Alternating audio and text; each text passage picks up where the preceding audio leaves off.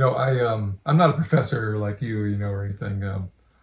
But I do a lot of teaching. I do a lot of classes and things for my old job and stuff. Still do a little bit of teaching. In fact, I taught last month back up in the DC area. But I'm not. They don't call me professor because I'm not really. Well, actually, they used to call me the professor when I was at work sometimes because I was teaching somebody. So they go, talk to the professor, But yeah, I wasn't a real professor like you. Anyway, it's kind of funny.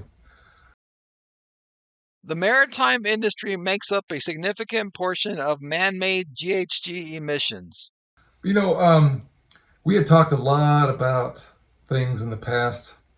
Um, One of the things was transportation. We talk about that a lot, but you brought up some great things about the shipping industry. That I didn't know. And so we decided we should follow up on that, right?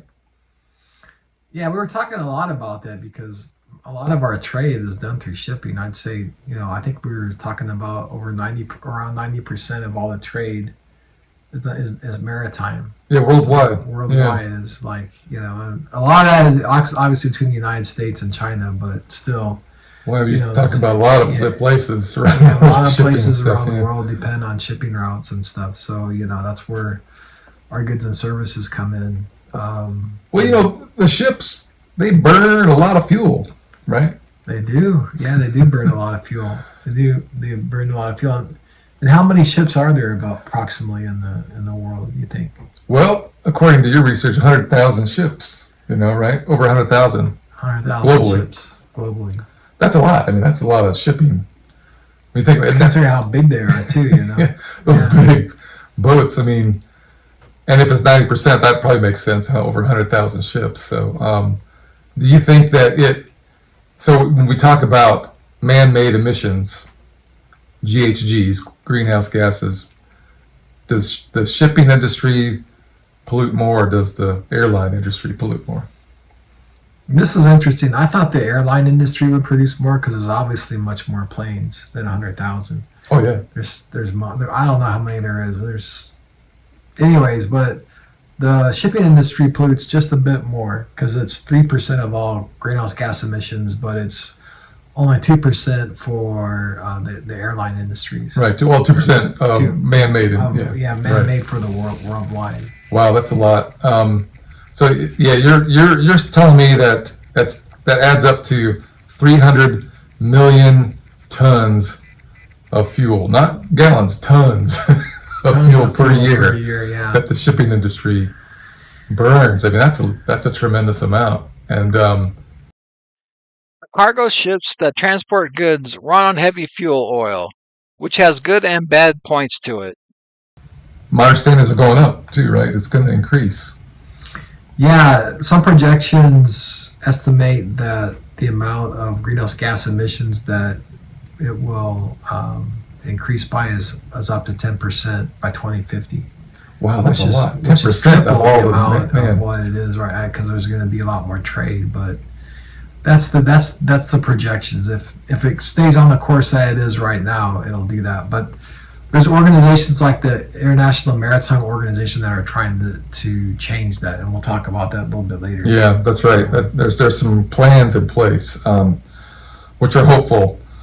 But what kind of fuel do they use? Because that's maybe that's some of the reasons why it's more than the airline. Airline industry uses some really high octane jet fuel, right? But my understanding is, what about the boats? They use the cheap stuff from petroleum. They use like the waste. It's called heavy fuel oil, but it's like not the waste, but it's just heavier fractions. And it's heavier fractions of the petroleum that's fuel. And it's about 30% cheaper than what you would pay for like diesel fuel. Right. Okay. So that's why they use it in the maritime industry, because it's cheaper. But you mentioned the heavy fuel oil that the ships burn and stuff.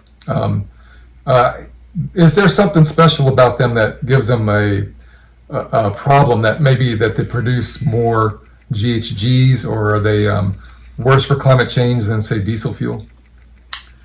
Well, there are a lot of more adverse things with the heavy fuel oil.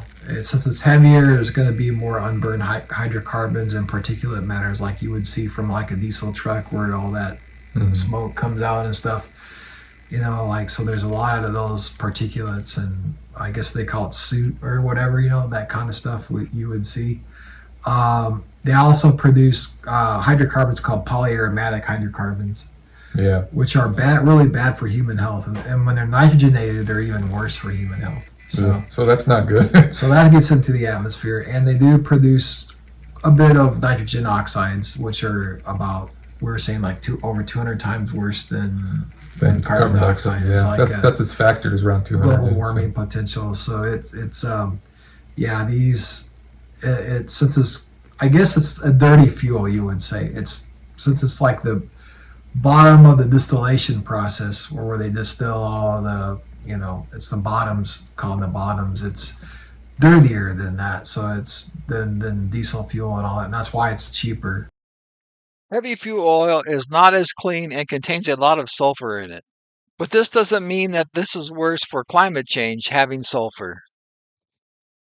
What do you call it when they take out the sulfur of the diesel? So yeah, it's called sweet crude. And so remember when they on the stock market they go, light sweet crude is trading at $60 a barrel, whatever. I don't really know. I don't really invest in it, so I don't know what the price is right now. But you hear that on the news sometimes. Light sweet crude. Light meaning lighter fuels, higher octane fuels, and sweet meaning less sulfur. And so you're saying also that, and they can also try to get rid of the sulfur more and more, but it's more expensive, right? So if they have light sweet crude to refine in the first place, it's a little bit better for them and cheaper to produce.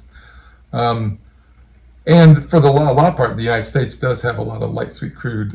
Some of the countries that do produce other petroleum products are a little heavier in the sulfur and things. So anyway, that's an advantage that the countries might have if they have light sweet crude. But does the shipping industry, when they burn this fuel, how much sulfur does it have in it, or is it more or less than say diesel? Or the light sweet crude, I guess they take out a lot of the sulfur in it. So regardless of how much sulfur is in it compared to other fuels, what they're saying is when you burn this kind of heavy fuel oil, it's actually worse for climate change than if you did have the sulfur in it. And the reason why they say is because it leaves these clouds behind it when it combusts the fuel. But if you don't have sulfur, those clouds don't exist, and those clouds are there to reflect the incoming radiation, so it doesn't heat up the oceans. That's so interesting, Yeah, so like you'd want a dirtier fuel, or more sulfur type fuel to keep the sun rays from being absorbed in the oceans or something. So that's really interesting. The International Maritime Organization is trying to take steps to improve the emissions for cargo ships in future years. Yeah, and so I guess climate change does kind of affect these ships in itself. Yeah. The way that if climate change is getting worse, or better in certain circumstances, but usually worse for the cargo ships. Storms and stuff, right? Yeah. One of the things is storms. That if you say, well, climate change creates more intense storms and more of them, then that slows down the shipping industry, right? So they burn more fuel, because of the storms. And so also there can be another side to this, is where if the water levels rise, then the shipping industry, it's kind of an advantage for them, right? Because they can go places where they wouldn't be able to go before. It's interesting to see what would happen. I mean, certainly the sea levels haven't risen to a significant amount yet, but if they start to do that more and more, we might see some interesting changes going on with the shipping industry. So yeah, that's a two-edged sword there, I guess so. Let's talk back about how we're going to solve some of these problems. You're saying that there's an the International Maritime Organization. Okay, they have some goals in trying to help. Because by 2050 or something like that, it could be 10% of, or negligible. Yeah, they almost make it net zero. I don't think it'll get quite close to net zero. It might be not quite net zero, but close to it. That's their goal. Right. I mean, if things go where they're going now, the 3% would turn to 10%. Would turn to 10%. Yeah, and that's a lot. Okay, so they're really worried about that, because even if we just start to say, if countries say, hey, let's help address some of these problems by maybe producing more goods and services in our own country, that we don't have to rely so much on imports, right? So that could help a little bit. Yeah. I mean, but still, even with that, there's still things are still going to go up.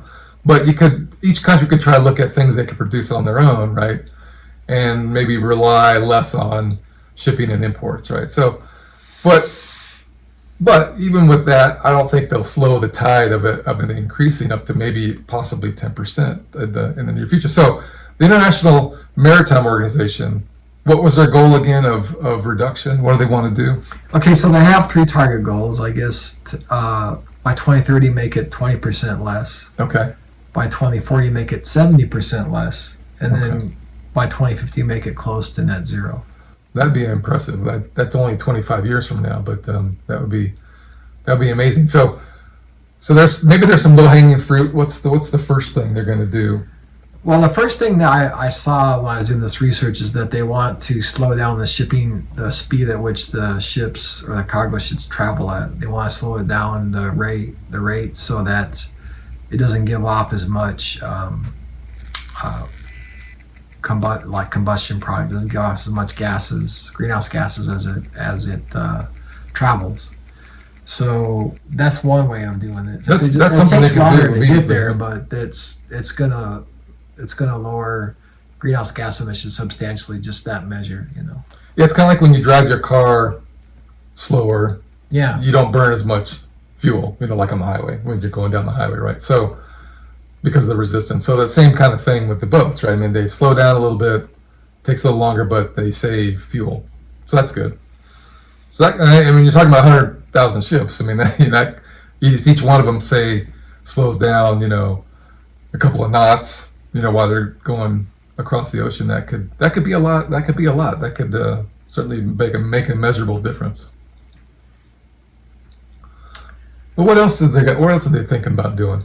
Well, they want to design better ships, like more efficient, better designed ships, and that should go a long ways.